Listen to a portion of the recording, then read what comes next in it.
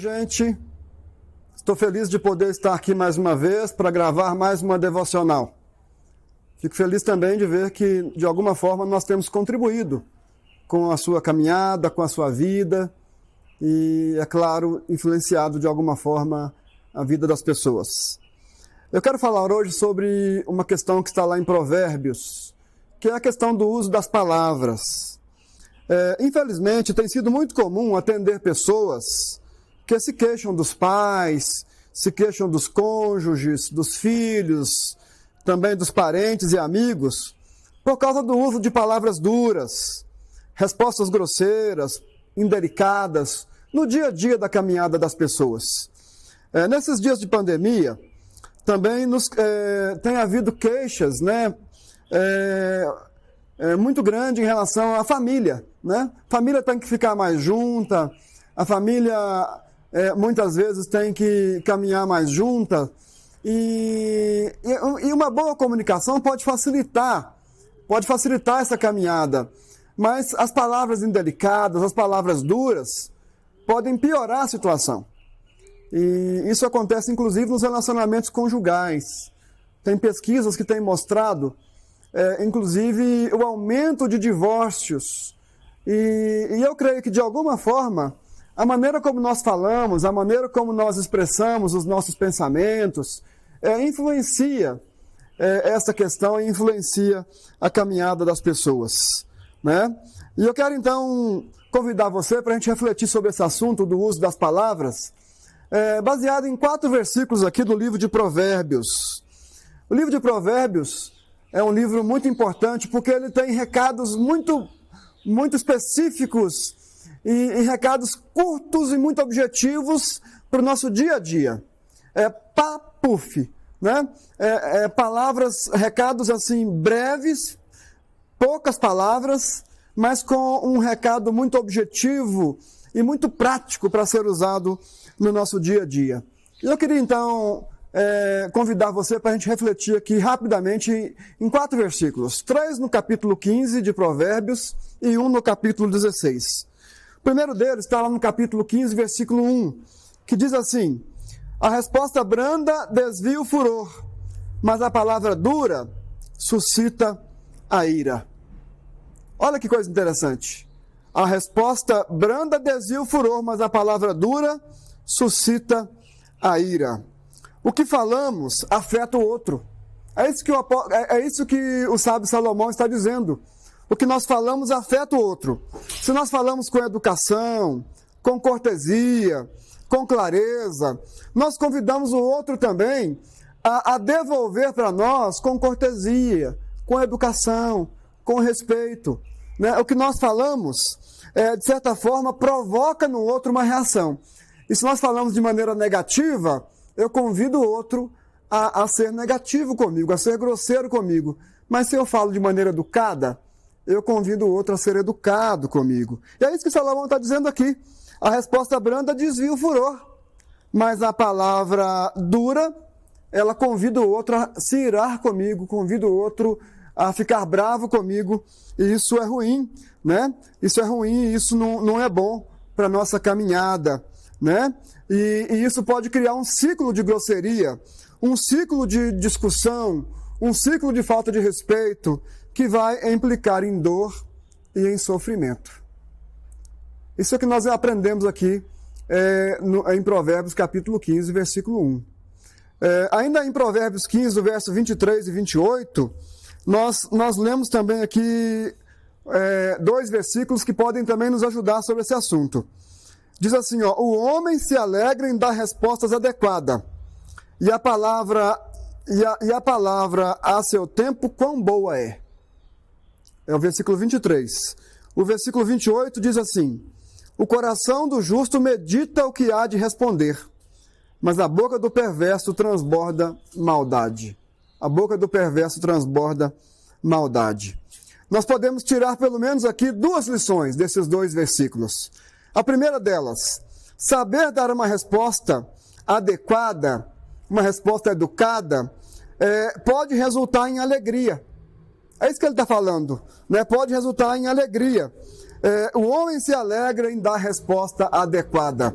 Se eu dou uma boa resposta, uma resposta com educação, com cortesia, isso pode gerar alegria, né?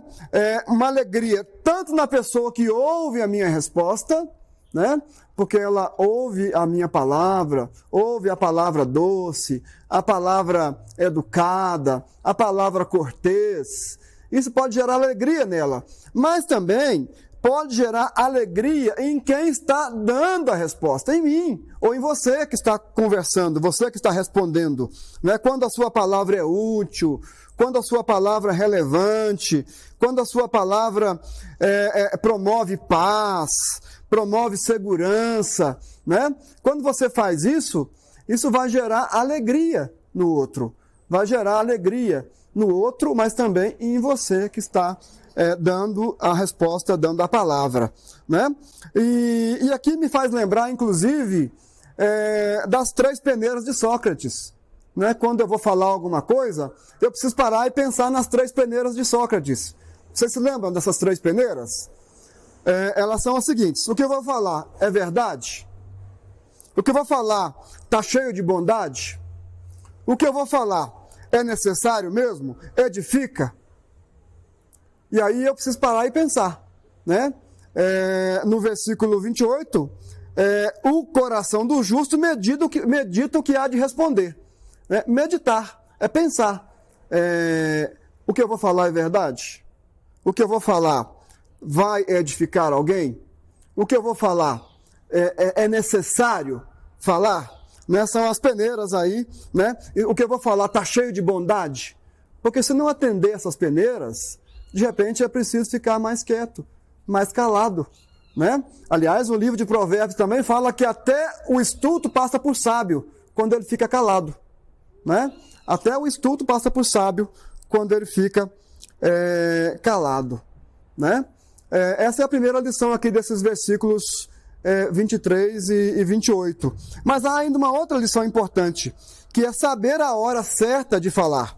No versículo 23, ele fala assim, ó, a palavra a seu tempo, quão boa é. Quando eu sei a hora de falar. Quando eu falo na hora certa. Eu sempre brinco, né? Por exemplo, a dona de casa, a esposa, precisa conversar alguma coisa com o marido. E o cara está vendo o jogo do Corinthians. Não é a hora.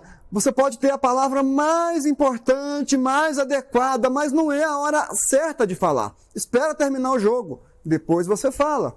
Né? A pessoa chegou em casa, está triste, já deu sinais que está triste, está preocupada. De repente você precisa esperar um pouquinho, ele tomar um banho, acalmar, né? Ou ela também, ou a mãe, ou o pai, ou o filho. Né? A hora certa de falar é muito importante para que nossa comunicação possa ser uma comunicação que flua bem e que abençoa a vida dos outros. Em último lugar, eu quero convidar você para pensarmos em Provérbios 16, versículo 24. Provérbios 16, 24, nós lemos assim: palavras agradáveis são como favo de mel, doces para a alma e medicina para o corpo.